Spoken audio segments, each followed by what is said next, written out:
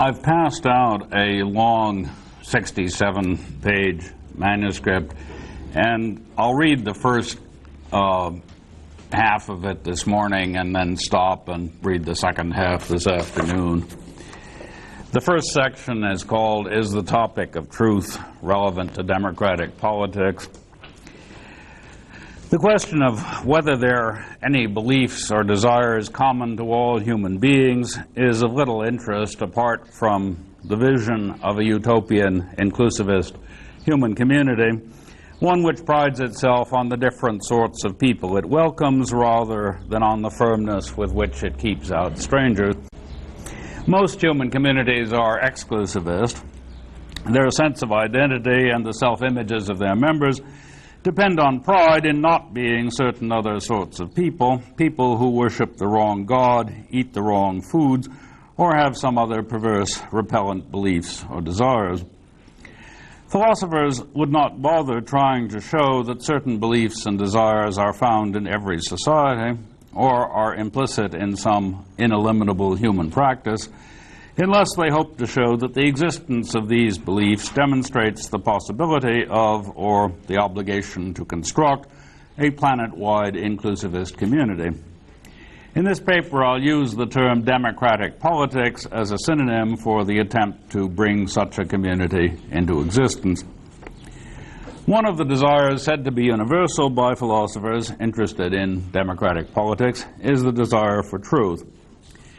In the past, such philosophers have typically conjoined the claim that there is universal human agreement on the supreme desirability of truth, with the further premises that truth is correspondence to reality, and that reality has an intrinsic nature, that there is, in Nelson Goodman's terms, a way the world is. Given these three premises, they proceed to argue that truth is one, and that the universal human interest in truth provides motive for creating an inclusivist community. For such a community would be best suited to accomplishing our desire of discovering the one truth. The more of that truth we uncover, the more common ground we shall share, and the more tolerant and inclusivist we shall therefore become. The rise of relatively democratic, relatively tolerant societies in the last few hundred years is said to be due to the increased rationality of modern times, where rationality denotes the exercise of a truth-oriented faculty. The three premises I've listed are sometimes said to be necessitated by reason. That is, the premises that everybody wants truth, that truth is correspondence and to reality, and that reality has an intrinsic nature. These three premises are sometimes said to be necessitated by reason, but this claim is usually tautologous, for philosophers who say that typically explain their use of the word reason by listing those same three premises as constitutive of the very idea of rationality. They view colleagues who have doubts about one or another of these three premises as irrationalists. I have a footnote about Nietzsche, James, and Habermas as people who are called irrationalists for rejecting one or another or more of those premises. Degrees of irrationality are attributed according to how many of these premises the distrusted philosopher denies, and also according to how little interest he or she shows in democratic politics. In this paper, I'll consider the prospects for defending democratic politics while denying all of the three premises I've listed. I'll be arguing that what philosophers have described as the universal desire for truth is better described as the universal desire for justification. The grounding premise of my argument is that you can't aim at something, can't work to get it, unless you could recognize it once you got it. One difference between truth and justification is just that, between the unrecognizable and the recognizable. We shall never know for sure whether a given belief is true, but we can be sure that nobody, at the moment, is able to summon up any residual objections to it, that everybody agrees that it ought to be held. There are, to be sure, what Lacanians call impossible, indefinable, sublime objects of desire, but a desire for such an object cannot be made relevant to democratic politics. On my view, truth is just that sort of object. It's too sublime, so to speak, to be either recognized or aimed at. Justification is merely beautiful as opposed to sublime, but it is recognizable and therefore capable of being systematically worked for. Sometimes, with luck, justification is even achieved. But that achievement is usually only temporary, since sooner or later, with luck, some new objections to the temporarily justified belief will be developed. As I see it, the yearning for unconditionality, the yearning which leads philosophers to insist that we need to avoid contextualism and relativism, is indeed satisfied by the notion of truth, but this yearning is unhealthy because the price of unconditionality is irrelevance to practice. So I think the topic of truth can't be made relevant to democratic politics, and that philosophers devoted to such politics should forget about truth and stick to the topic of justification. Now I turn to Habermas. In order to place my view within the context of contemporary philosophical controversies, I'll begin with some comments on Habermas. Habermas draws his well-known distinction between subject-centered reason and communicative reason in connection with his attempt to separate out what's useful to democratic politics in the traditional philosophical notion of rationality from what's useless. I think that he makes a tactical error when he tries to preserve the notion of unconditionality. Although I think Habermas is absolutely right that we need to socialize and linguistify the notion of reason by viewing it as communicative, I think that we also need to naturalize reason by dropping his claim that, quote,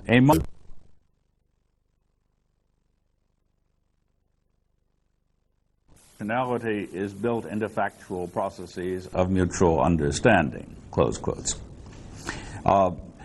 Just as a remark here, tomorrow morning I'll be discussing Brandam's philosophy of language, which is exactly the kind of philosophy of language Habermas wants. That is, it socializes and linguistifies the notion of rationality.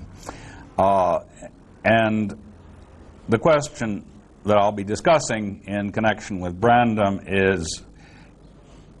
is there a moment of unconditionality built into Brandam's way of thinking, of inquiry, in what sense, and so on. Habermas, like Putnam, believes that reason cannot be naturalized.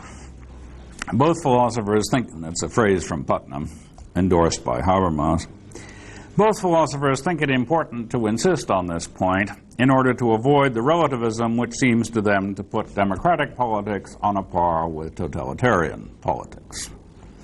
You could say, if there's a moment of unconditionality, then you can't naturalize it.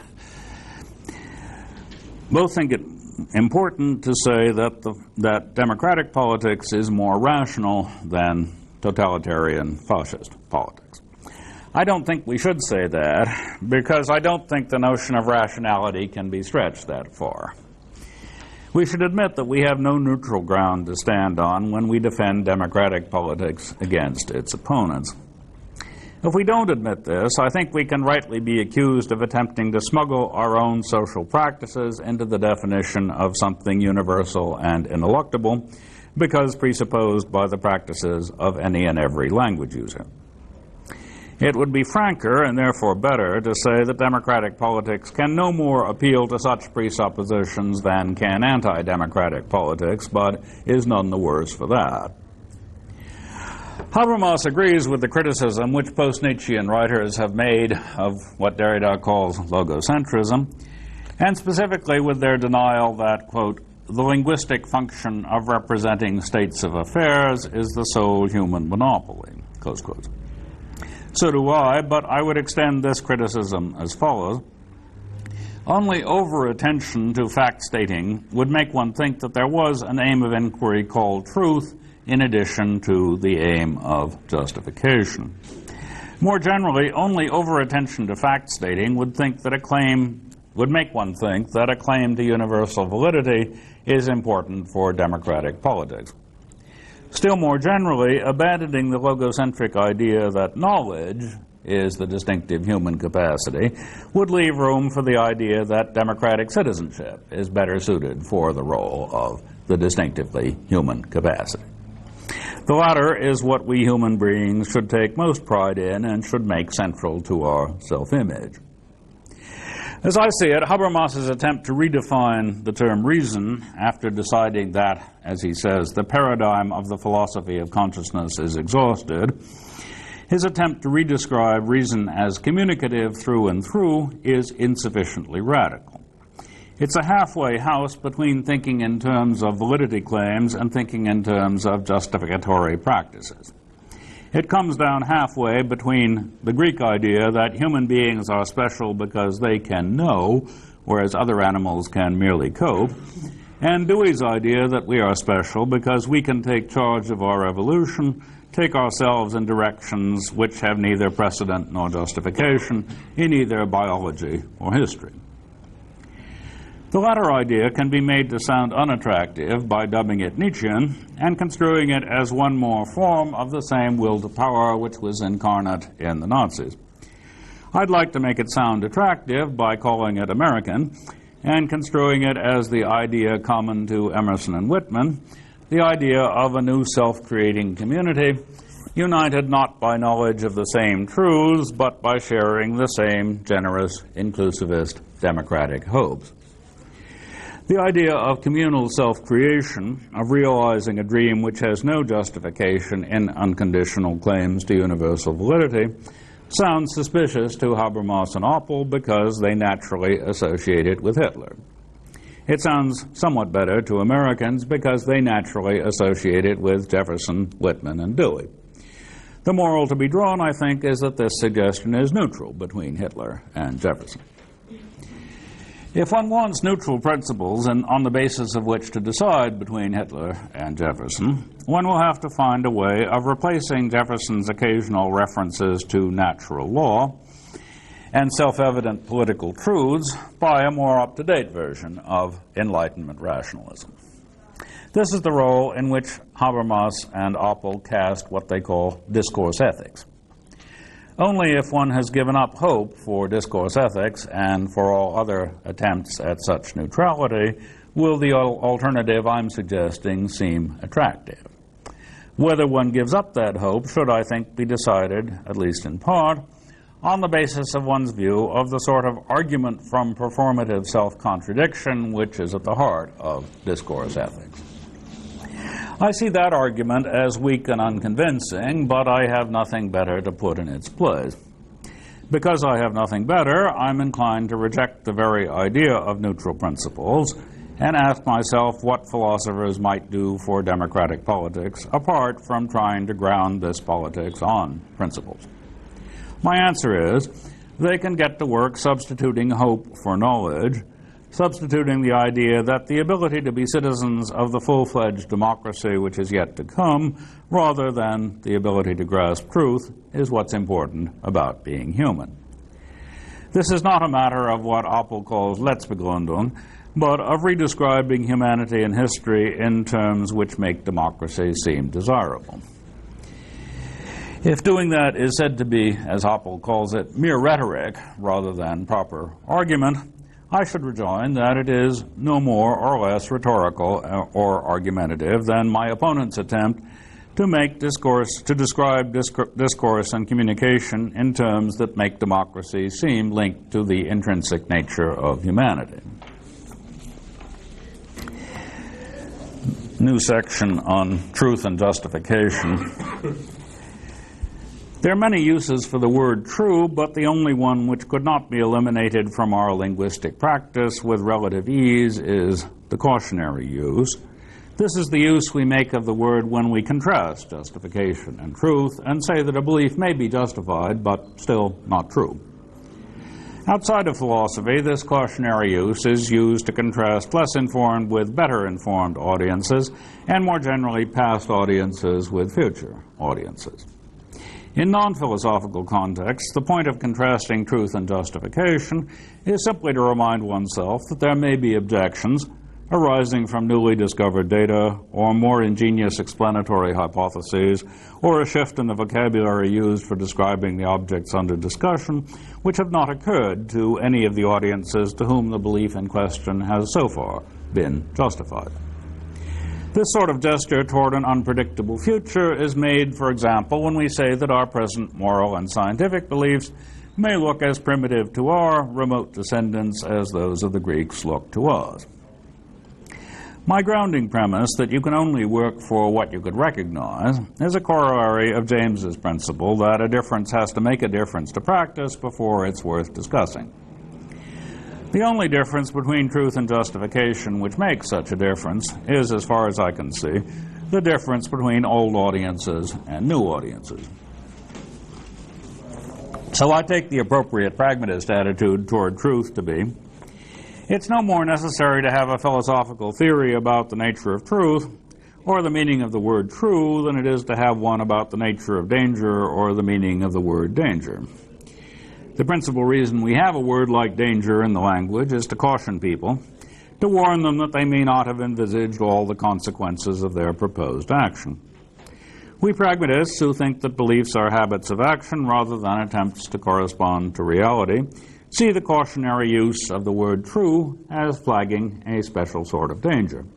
We use it to remind ourselves that people in different circumstances, people facing future audiences, may not be able to justify the belief which we have triumphantly justified to all the audiences we have encountered. Given this pragmatist view of the function of the word true, what about the claim that all human beings desire truth? This claim is ambiguous between the claim that all of them desire to justify their beliefs to some, though not necessarily all, other human beings, and the claim that they all want their beliefs to be true. The first claim seems to me unobjectionable. The second claim, however, seems dubious unless it's merely an alternative formulation of the first. For the only other interpretation which we pragmatists can give to the second claim is that all human beings are concerned about the danger that someday an audience will come into being before whom a presently justified belief cannot be justified. But in the first place, mere fallibilism is not what philosophers who hope to make the notion of truth relevant to democratic politics want. In the second place, such fallibilism is not, in fact, a feature of all human beings. It is much more prevalent among inhabitants of wealthy, secure, tolerant, inclusivist societies than elsewhere, for these people are brought up to bethink themselves that they might be mistaken, that there are people out there who might disagree with them and whose disagreement needs to be taken into account. If you favor democratic politics, you will want to encourage fallibilism, but there are other ways to do so beside harping on the difference between the conditional character of justification and the unconditional character of truth. One might, for example, harp on the sad fact that many previous communities have betrayed their own interests by being too sure of themselves and so failing to attend to objections raised by outsiders. Furthermore, we should distinguish between fallibilism and philosophical skepticism. Fallibilism has nothing in particular to do with the quest for universality and unconditionality. Skepticism does.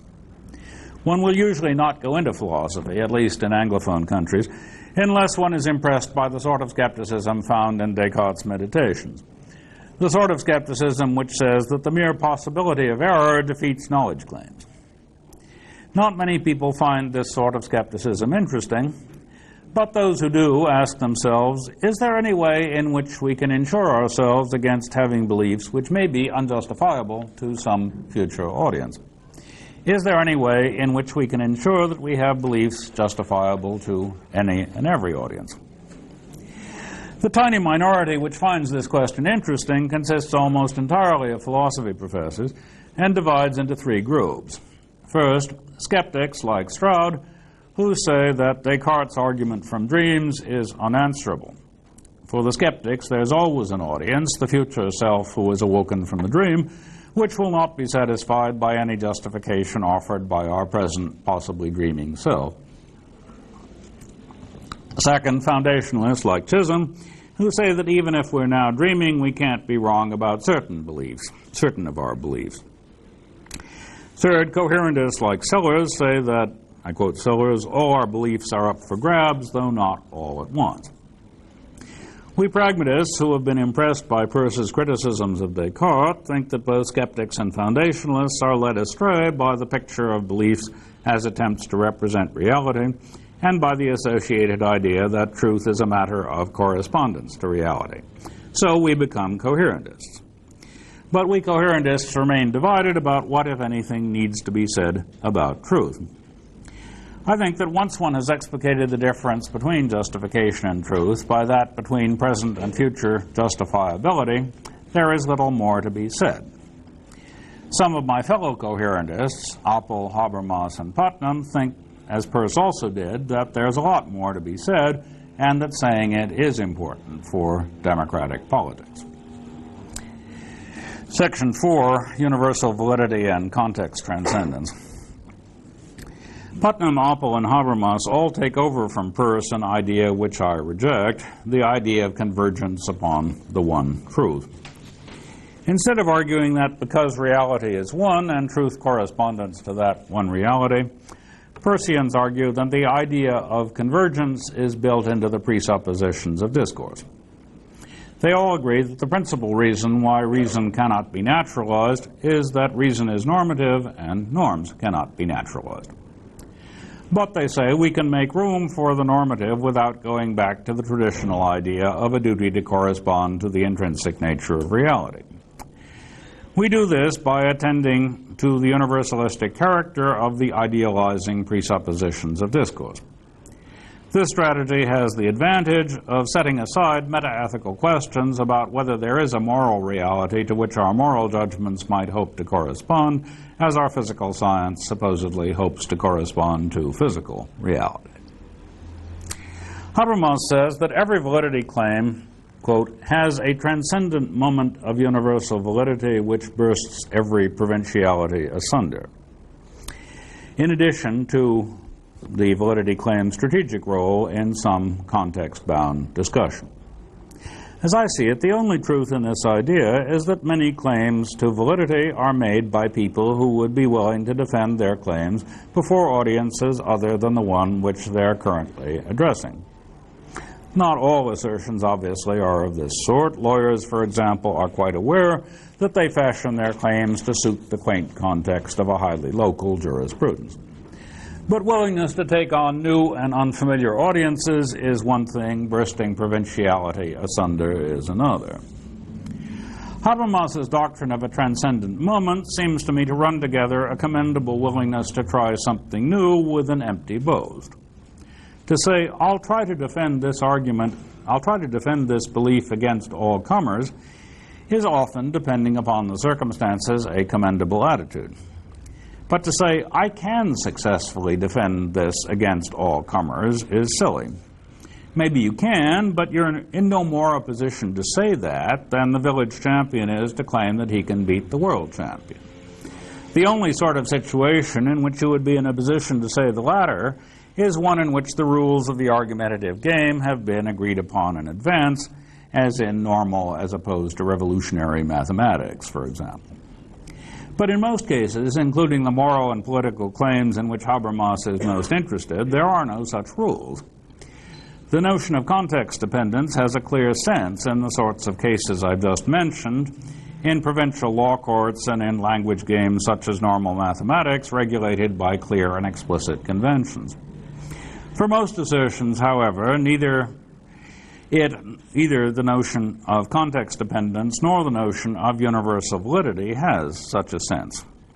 For most assertions, such as Clinton is the better candidate, Alexander came before Caesar, gold is insoluble in hydrochloric acid, and the like, it's hard to see why I should ask myself, is my claim context dependent or universal? No difference to practice is going to be made by coming down in favor of one alternative rather than the other. Habermas puts forward an analog of this distinction between the context-dependent and the universal, which might seem more relevant to practice. This analog is what he calls the tension between facticity and validity. He views this tension as a central philosophical problem and says that this tension is responsible for many of the difficulties encountered in theorizing democratic politics. He thinks it is a distinctive and valuable feature of his theory of communicative action that, quote, it already absorbs the tension between facticity and validity into its fundamental concepts. It does so by distinguishing between the strategic use of discourse and what he calls the use of language oriented to reaching understanding. This latter distinction might seem just the one we're looking for, the one which lets us interpret the distinction between context dependence in universality in a way which makes a difference to practice. As I see it, however, the distinction between the strategic and non-strategic use of language is just the distinction between cases in which all we care about is convincing others and cases in which we hope to learn something. In the latter set of cases, we are quite willing to give up our present views if we hear something better. These cases are two ends of a spectrum, at one end of which we shall use any dirty trick we can, lying, omitting the truth, suggesting the false, and so on, to convince. At the other end, we talk to others as we talk to ourselves when we are most at ease, most reflective, and most curious. Most of the time, we're somewhere in the middle between these two extremes. My problem is, I don't see that these two extremes have anything in particular to do with a distinction between context dependence and universality. The pure pursuit of truth is the traditional name for the sort of conversation which takes place at one end of this spectrum. But I don't see what that sort of conversation has to do with universality or with unconditionality.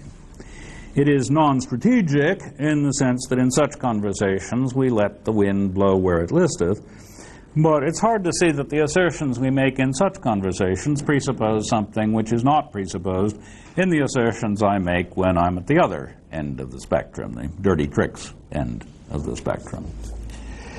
Habermas, however, thinks that unless we recognize, quote, that the validity claims raised hic et nunc and aimed at intersubjective recognition or acceptance can at the same time overshoot local standards for taking yes-no positions, we shall not see that this transcendent moment alone distinguishes the practices of justification oriented to truth claims from other practices that are regulated merely by social convention. This passage is a good example of what seems to me Habermas's undesirable commitment to the logocentric distinction between opinion and knowledge, a distinction between mere obedience to nomoi, to the norms of social practices, even the sort of nomoi which would be found in a utopian democratic society, and the kind of fuse by nature relation to reality which is provided by the grasp of truth. Both the opinion knowledge and the nomos physis distinction appear to Deweyans as remnants of Plato's obsession with the kind of certainty found in mathematics, and more generally with the idea that the universal, being somehow eternal and unconditional, provides an escape from what is particular, temporal, and conditioned. In this passage, Habermas is, I take it, using the term practices of justification oriented to truth claims to refer to the nice end of the spectrum I described above. But from my point of view, truth has nothing to do with it. And social convention, rather they're regulated by certain particular social conventions, those of a society even more democratic, tolerant, leisured, wealthy, and diverse than our own, one in which inclusivism is built into everyone's sense of moral identity. In this society, everybody always welcomes strange opinions on all sorts of topics. These are also the conventions of certain lucky parts of contemporary society. For example, universities, seminars, summer camps for intellectuals, and the like. Perhaps the most far-reaching difference between Habermas and I is that pragmatists like myself sympathize with the anti-metaphysical, so-called postmodern thinkers whom Habermas criticizes when they suggest that the idea of a distinction between social practice and what transcends such practice is an undesirable remnant of logocentrism. Foucault and Dewey can agree that whether or not inquiry is always a matter of power, it never transcends social practice. So incidentally can Brandom. So this this issue comes up in the context of Brandon's work tomorrow. Both would say that the only thing that can transcend a social practice is another social practice, just as the only thing that can transcend a present audience is a future audience. Similarly, the only thing that can transcend a discursive strategy is another discursive strategy, one aimed at other, better goals. But because I don't know how to aim at it, I don't think that truth names such a goal.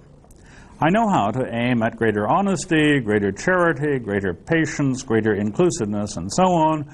I see democratic politics as serving such concrete, desirable goals, but I don't see that it helps things to add truth or universality or unconditionality to the list of goals, for I don't see what we will do differently depending on whether or not we make such additions. It may sound at this point as if the difference between me and Habermas is one that makes no difference to practice. We both have the same utopias in mind, we both engage in the same sort of democratic politics, so why quibble about the difference between whether to call utopian communication practices oriented to truth or not? Why quibble about the whole subject of the relevance of truth to democratic politics? The answer is that Habermas thinks it does make a difference to practice because he gets to make an argumentative move which isn't open to me. He gets to accuse his opponents of performative self-contradiction. Habermas thinks that, quote, the universal discourse of an unbounded community of interpretation is unavoidably assumed by anybody, even me, who gets into any argument. He says, quote, even if these presuppositions have an ideal content that can only be approximately satisfied, all participants must de facto accept them, accept the presuppositions of communication, whether they assert or deny the truth of a statement in any way and would like to enter into argumentation aimed at justifying this validity claim.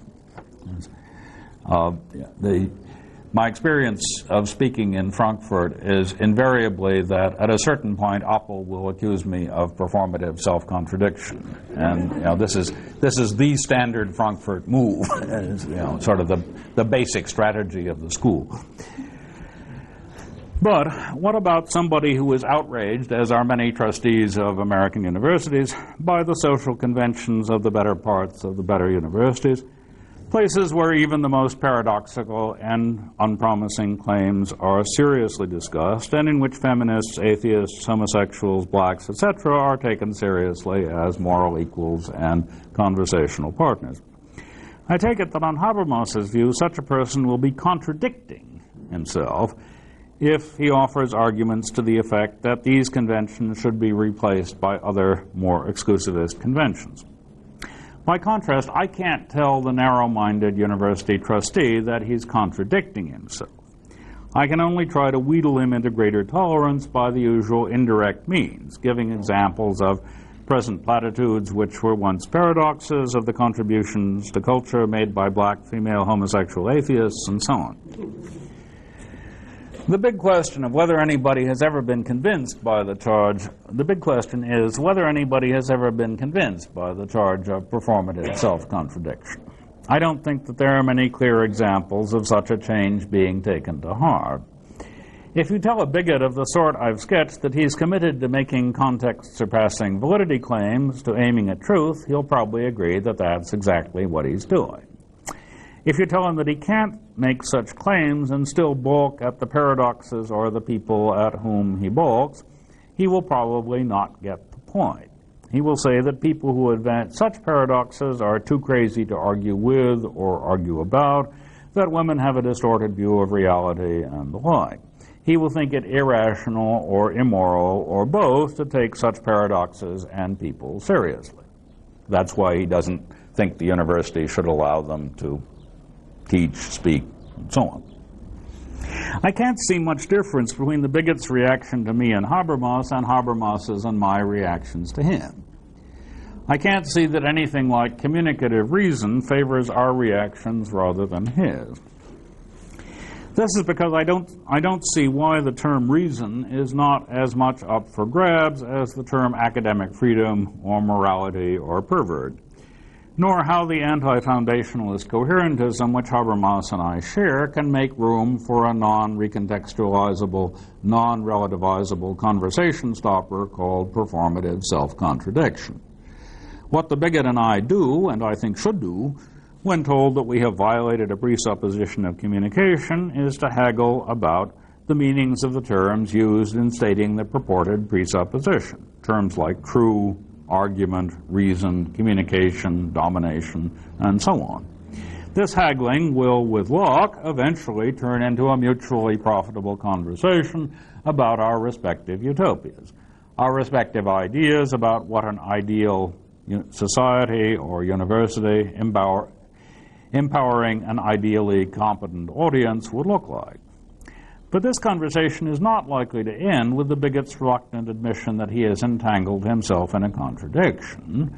Even if I should, by a miracle, succeed in convincing him of the worth of my utopia, his reaction will be to regret his own previous lack of curiosity and imagination, rather than to regret his failure to spot his own presuppositions.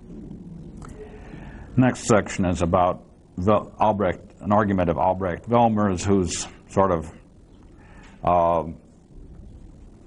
associated with Habermas but differs from him in various interesting ways. I agree with Appel and Habermas that Peirce was right in telling us to talk about discourse rather than about consciousness, but I think that the only ideal presupposed by discourse is that of being able to justify your beliefs to a competent audience. As a coherentist, I think that if you can agree with other members of such an audience about what is to be done, then you don't have to worry about your relation to reality. But everything depends upon what constitutes a competent audience. Unlike Appel and Habermas, the moral I draw from Peirce is that we philosophers who are concerned with democratic politics should leave truth alone as a sublimely undiscussable topic, and instead turn to the question of how to persuade people to broaden the size of the audience they take to be competent to increase the size of the relevant community of justification. The latter project is not only relevant to democratic politics, it pretty much is democratic politics. Appel and Habermas think that the demand to maximize the size of this community is already, so to speak, built into communicative action. This is the cash value of their claim that every assertion claims universal validity. Albrecht Velmer, like me, rejects the convergentism which Habermas and Appel share with Putnam. But he nevertheless accepts their claim that our truth claims, quote, transcend the context, the local or cultural context in which they are raised. My problem with Velmer, Appel, and Habermas is that I don't see what the pragmatic force of saying that an argument which, like all other arguments, convinces certain people and not others is a good argument. This seems like saying that a tool which, like all tools, is useful for certain purposes but not others is a good tool. Imagine the surgeon who, after unsuccessfully attempting to dig a tunnel out of his prison cell with his scalpel, saying, "Still, it's a good tool." Then picture him saying, after unsuccessfully trying to convince his guards to let him escape, so that he may resume his position as leader of the resistance, saying, "Still, they were good arguments." My problem is intensified when I ask myself whether my truth claims transcend my local cultural context. I have no clear idea whether they do or not, because I can't see what transcendence means here. I can't even see what the point of taking my assertion as making a truth claim is. When I believe that P and express this belief by asserting it in the course of a conversation, am I making a claim? What's the force of saying that? What does saying that add to saying that I am, to speak with Peirce, informing my interlocutor about my habits of action, giving her hints about how to predict and control my future conversational and non-conversational behavior? Depending on the situation at hand, I may also be inviting her to disagree with me by telling me about her different habits of action, suggesting that I'm prepared to give reasons for my belief, trying to make a good impression on her, and 1,000 other things. As Austin reminded us, there are lots of things I do when I make an assertion which can be interpreted as part of the give and take between me and my interlocutor. This give and take is a matter of roughly the reciprocal adjustment of our behavior the strategic coordination of that behavior in ways which may prove mutually profitable. Of course, if somebody asks me after I have asserted P whether I believe that P is true, I shall say yes. But I shall wonder, as Wittgenstein did, what the point of that question was. Is he questioning my sincerity? Is he expressing incredulity about my ability to offer reasons for my belief? I can try to straighten things out by asking the questioner to spell out why he asked. But he replies, I just wanted to be sure you are making a context-transcendent truth claim. I'll be baffled. What does he want to be reassured about exactly? What would it be like for me to make a context-dependent assertion? Of course, in the trivial sense that an assertion may not always be apropos, all assertions are context-dependent. But what would it mean for the proposition asserted to be context-dependent as opposed to the speech act being context-dependent? I'm not sure how people like Habermas and Velmer, who've given up on correspondence theories of truth and consequently can't distinguish between a claim to report a habit of action and a claim to represent reality, can draw this distinction between context dependence and context independence. My best guess is that they believe that, in Velmer's words, quote, whenever we raise a truth claim on the basis of what we take to be good arguments or compelling evidence, we take the epistemic conditions prevailing here and now to be ideal in the following sense. We presuppose that no arguments or evidence will come up in the future which would put our own truth claims into question.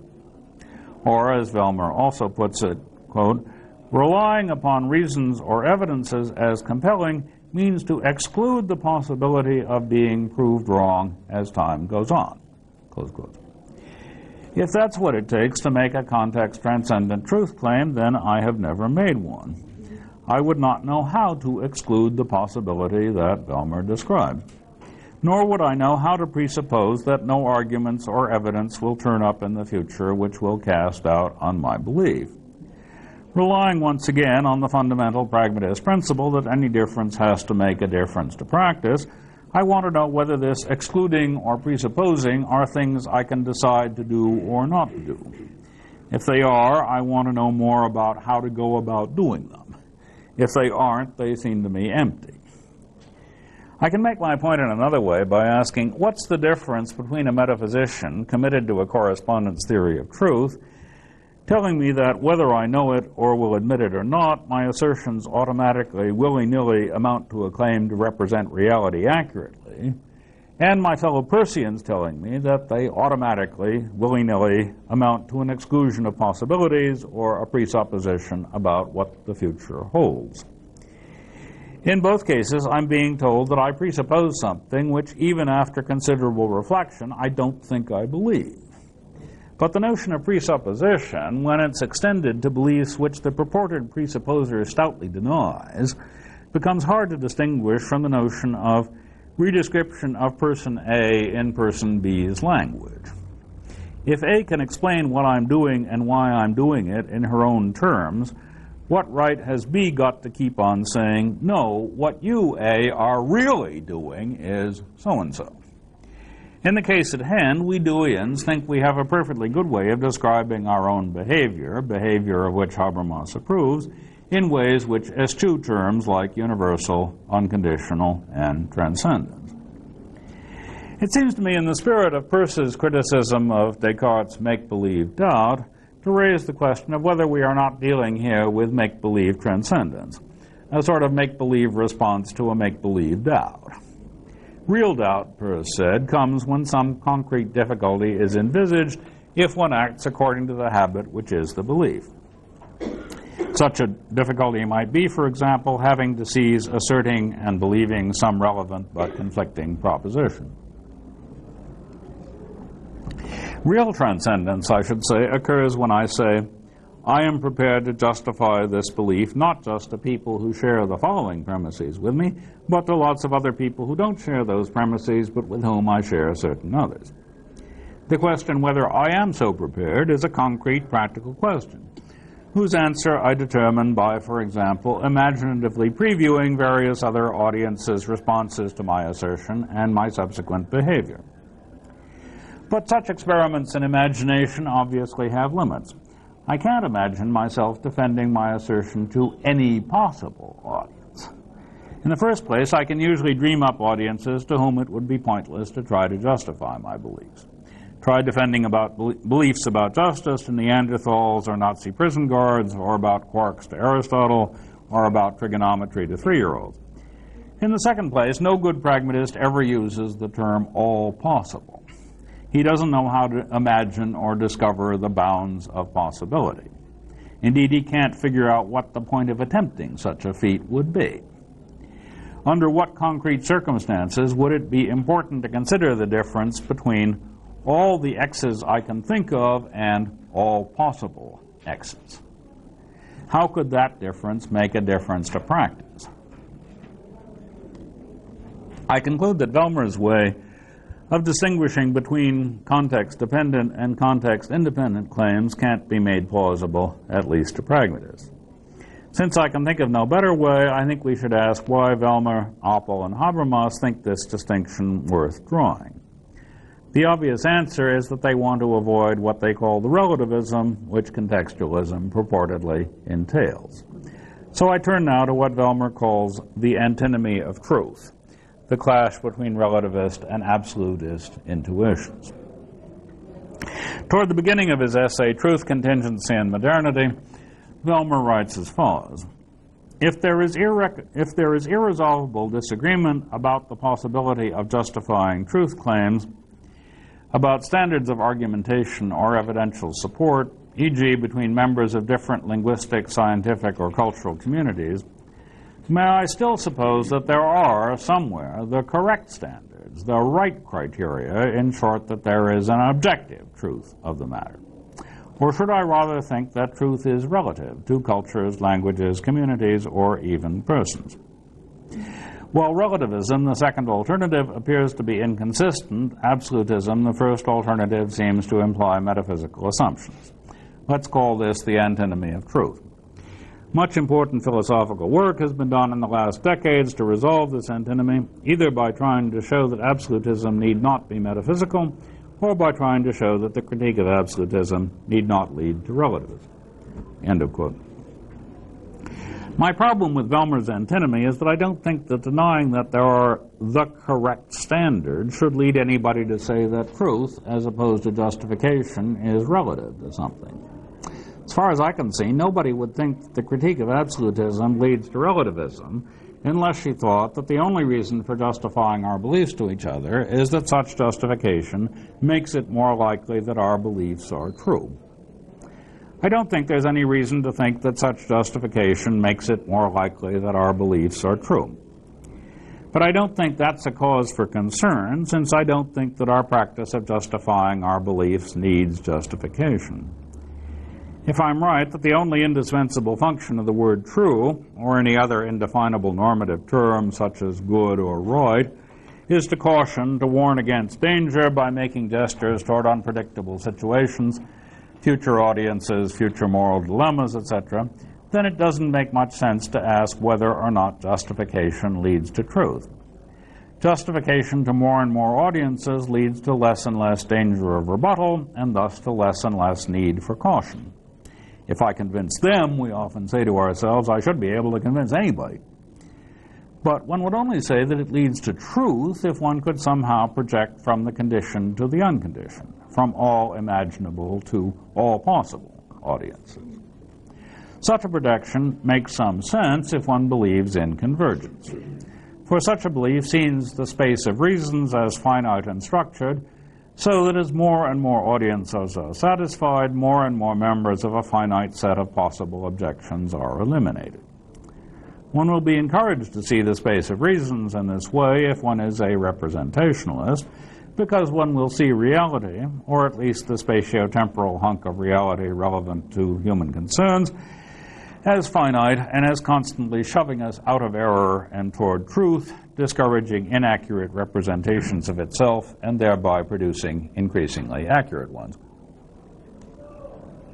But if one does not take knowledge to be accurate representation of reality, nor truth to be correspondence to reality, then it's harder to be a convergentist and harder to think of the space of reasons as finite and structured. Vellmer, it seems to me, wants to project from the conditioned our various experiences of success in justifying our beliefs to the unconditioned truth. The big difference between me and Vellmer is that I think the answer to Vellmer's question, this is a quote from Vellmer, do our democratic and liberal principles define just one possible political language game among others, is an unqualified yes. Vellmer, however, thinks, quote, a qualified no can be justified, and by justification I now mean not justification for us, but justification, period. End of quote. As I see it, the very idea of justification, period, commits Vellmer to the thesis that the logical space of reason-giving is finite and structured. So I would urge him to abandon the latter thesis for the same reasons that he abandoned Oppel's and Habermas's convergentism. But oddly enough, these reasons are pretty much the reasons he gives for giving his qualified no. Vellmer's central point in defense of this qualified no answer is one which I wholeheartedly accept, namely that the very idea of incompatible and perhaps reciprocally unintelligible language games is a pointless fiction, and that in real cases representatives of different traditions and cultures can always find a way to talk over their differences. I entirely agree with Vellmer when he says, quote, rationality, in any relevant sense of the word, cannot end at the borderline of closed language games, since there is no such thing as a closed language game. Close quotes. My disagreement with Vellmer starts when, after a semicolon, Vellmer finishes that sentence with, but then the ethnocentric contextuality of all argumentation is quite well compatible with the raising of truth claims which transcend the context, the local or cultural context in which they are raised and in which they can be justified. I should have finished that same sentence by saying, but then the ethnocentric contextuality of all argumentation is quite well compatible with the claim that a liberal and democratic society can bring together, include all sorts of diverse ethnoi, all sorts of diverse local, cultural, social practices. Here's a way of summing up the difference between me and Vellmer.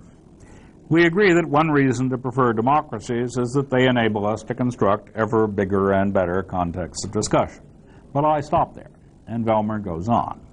He adds that this reason is not just a justification of democracy for us, but a justification, period. He thinks that the democratic and liberal principles of modernity should, pace Rorty, be understood in a universalistic sense. My problem, of course, is that I don't have the option of understanding them that way. Pragmatists like me can't figure out how to tell whether we're understanding a justification as just a justification for us or as a justification, period. This strikes me as like trying to tell whether I think of my scalpel or my computer as a good tool for the task at hand or a good tool, period. At this point, however, one can imagine Vellmer rejoining, then so much the worse for pragmatism. Any view which makes you unable to understand a distinction everybody else understands must have something wrong with it. My rebuttal would be, you're only entitled to that distinction as long as you can back it up with a distinction between what seem good reasons to us and what seem good reasons to something like an ahistorical Kantian tribunal of reason.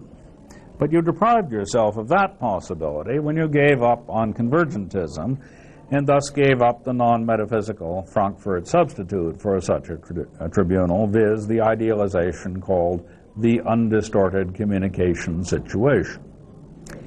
I agree with Vellmer that, quote, democratic and liberal institutions are the only ones which could possibly coexist with a recognition of contingency and still reproduce their own legitimacy, close quote. At least if one takes the term reproduce their own legitimacy to mean something like make its view of the situation of human beings in the universe hang together with its political practices. But I don't think that the recognition of contingency serves as a justification, period, for democratic politics, because I don't think it does what Velmer says, namely, quote, destroys the intellectual bases of dogmatism, foundationalism, authoritarianism, and of moral and legal inequality. This is because I don't think that dogmatism or moral inequality have intellectual bases. If I am a bigoted proponent of the inequality of blacks, women, and homosexuals to straight white males, I need not necessarily appeal to the denial of contingency by invoking a metaphysical theory about the true nature of human beings. I could do that, but I might also, when it came to philosophy, be a pragmatist. A bigot and I can say the same Foucauldian Nietzschean thing, that the only real question is one of power, the question of which community is going to inherit the earth, mine or my opponent's. One's choice of a community for that role is intertwined with one's sense of what counts as a competent audience. Do only Aryans count as a competent audience? Do only Christians count as a competent audience? Do only liberal Democrats count as a competent, so forth. The fact that there are no mutually unintelligible language games, the point Velmer insists on and which Davidson, I think, effectively argues for, the fact that there are no mutually unintelligible language games does not in itself do much to show that disputes between racists and anti-racists, Democrats and fascists can be decided without resort to force. Both sides may agree that although they understand what each other says perfectly well and share common views on most topics, including perhaps the recognition of contingency, the falsehood of phallogocentrism, and so on, there seems no prospect of reaching agreement on the particular issue at hand. So both sides say as they reach for their guns, it looks as if we'll have to fight it out. My answer to Velmer's question about whether our democratic and liberal principles define just one possible political language game among others is yes, if the force of the question is to ask whether there is something in the nature of discourse which singles our game out. I can't see what other force the question could have, and I think we have to rest content with saying that no philosophical thesis, either about contingency or about truth, does anything decisive for democratic politics. By decisive, I mean doing what Oppel and Habermas want to do, convicting the anti-democrat of a performative self-contradiction. The most that an insistence on contingency can do for democracy is to supply one more debating point on the democratic side of the argument, just as the insistence that, for example, only the Aryan race is in tune with the intrinsic necessary nature of things can supply one more debating point on the other side. I can't take the latter point seriously, but I don't think that there's anything self-contradictory in the Nazis' refusal to take me seriously, so we may both have to reach for our guns. I'll stop there and continue on this afternoon.